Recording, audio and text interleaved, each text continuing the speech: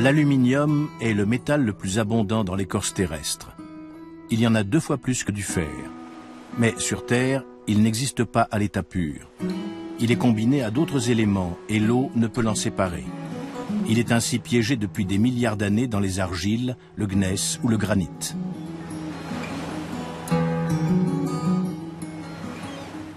En France, vous le savez, tous les enfants nés depuis le 1er janvier dernier devront recevoir non plus 3, mais 11 vaccins obligatoires.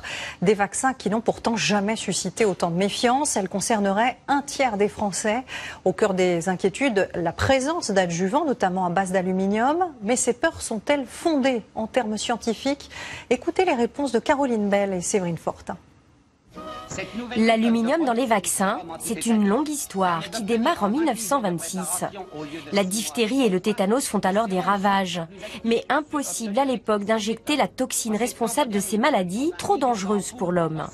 Pour élaborer des vaccins très atténués, le chercheur Gaston Ramon découvre qu'en y ajoutant des adjuvants, ils deviennent plus efficaces. Aujourd'hui, le tétanos et la diphtérie sont devenus rares et l'aluminium est utilisé dans tous ces vaccins pour combattre la coqueluche, les hépatites ou les méningites. Mais cet aluminium serait-il toxique chez de très rares patients? Marie-Laure en est persuadée. Elle souffre d'une grande fatigue, de douleurs musculaires et de problèmes de mémoire, de concentration.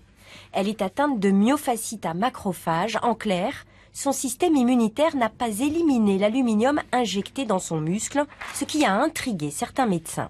Ils pensaient bien qu'il y avait un problème avec l'aluminium, ils ne savaient pas encore exactement d'où ça venait et après ils ont découvert que c'était des personnes qui avaient été vaccinées à cet endroit-là. Le problème, c'est qu'aucune étude n'établit de lien entre la persistance de l'aluminium chez certains patients et les symptômes de fatigue chronique. Ce chercheur a identifié la maladie et il a son hypothèse. Certaines particules d'aluminium finiraient par atteindre le cerveau. Il a par ailleurs mis en évidence une défaillance génétique chez ces patients. Elle les empêcherait d'éliminer l'aluminium.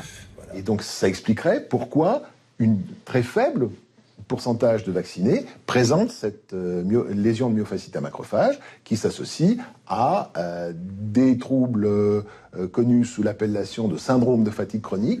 Le chercheur se base sur de récentes études effectuées sur des souris et financées par l'Agence du médicament qui aujourd'hui n'est pas convaincue par ces résultats. On ne peut absolument pas transposer ces résultats à ce qui se passe chez l'homme. Donc aujourd'hui, c'est clair, il n'y a aucun impact de ces études sur le bénéfice-risque des vaccins contenant de l'aluminium qui sont utilisés en France, en Europe et dans le monde entier. Pour les autorités sanitaires, la nocivité de l'aluminium n'est pas démontrée, le bénéfice des vaccins reste entier. Un argument partagé par le laboratoire Sanofi, qui nous répond par écrit que ces adjuvants sont bien tolérés par les millions de personnes vaccinées. Quelques centaines de patients en France souffrent de myofasciite à macrophages, suffisant, dit le professeur Gherardi, pour mettre en place des études de grande envergure. Tant que la décision politique de faire ces études ne sera pas de mise, eh bien, on restera dans l'indéterminé. On dira aucune étude ne prouve que, et aucune étude ne prouve que, parce qu'aucune étude n'a été menée. Alors qu'un Français sur 3 déclare ne plus avoir confiance dans les vaccins, ces études permettraient peut-être de lever leurs doutes. De tous les éléments de la table périodique, l'aluminium est l'un de ceux qui offrent le plus d'applications. Il bouche les pores de la peau, favorise la formation d'émulsions et fluidifie à volonté crèmes et lotions.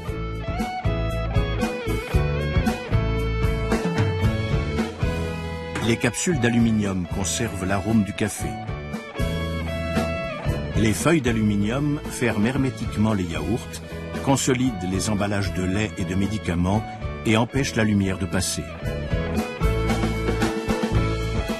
Dans les comprimés contre les brûlures d'estomac, les ions d'aluminium agissent sur l'acidité de l'estomac et permettent de retrouver un pH neutre. Cet élément protéiforme et polyvalent n'a pas son pareil. L'aluminium est vraiment le métal de notre temps.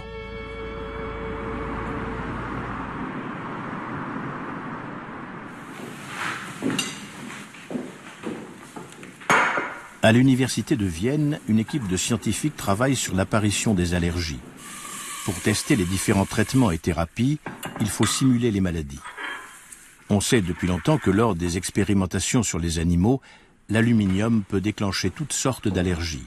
Allergies alimentaires, rhume des foins, eczéma atopique, asthme.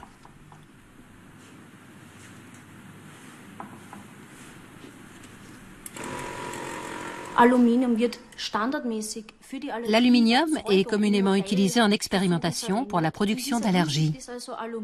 Nous l'exploitons sous forme d'hydroxyde d'aluminium. C'est une substance qui reproduit en quelque sorte les allergies lors des expériences sur les animaux.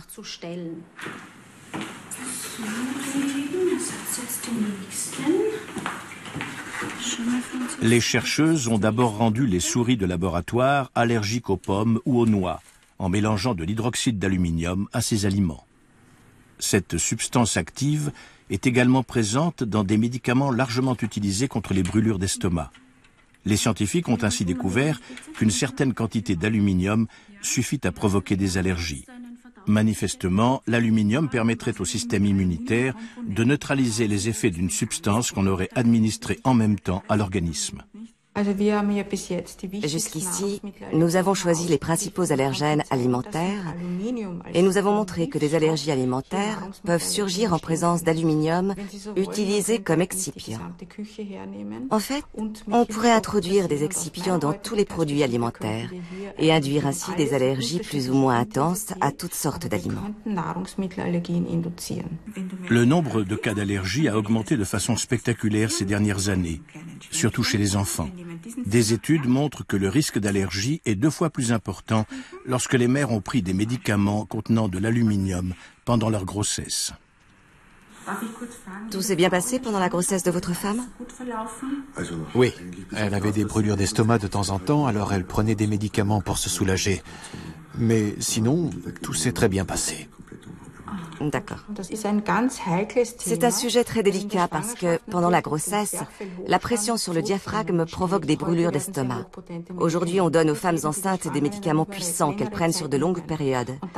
Ils n'agissent pas seulement sur leur système immunitaire, mais aussi sur celui de leur enfant, qui risque alors de développer des allergies. On peut même se procurer certains de ces médicaments en pharmacie sans ordonnance. Herwig Holzer a dirigé pendant des années le service de néphrologie de la faculté de médecine de Graz. Il se souvient d'un phénomène inquiétant observé dans les stations de dialyse du monde entier.